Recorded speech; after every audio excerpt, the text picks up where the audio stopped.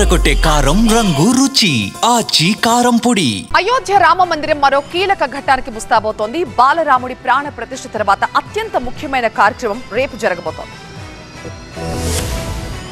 అయోధ్య రామ మందిరంలో ధ్వజారోహణ కార్యక్రమానికి అంతా సిద్ధమైంది. బాలరాముడి ప్రాణ ప్రతిష్ఠ తర్వాత అంత ప్రతిష్టాత్మకమైన వేడుక ఇదే కావడంతో అంగరంగ వైభవంగా ఏర్పాట్లు జరుగుతున్నాయి. ధ్వజారోహణ కార్యక్రమంలో ప్రధాని మోదీ పాల్గొననున్నారు. ఈ వేడుకల్లో ఆలయ శిఖరంపై కాషాయ జెండాను ఎగురవేనున్నారు మోదీ. 161 అడుగుల ఆలయ శిఖరంపై 30 అడుగుల ఎత్తుండే జెండా స్తంభాన్ని ఏర్పాటు చేశారు.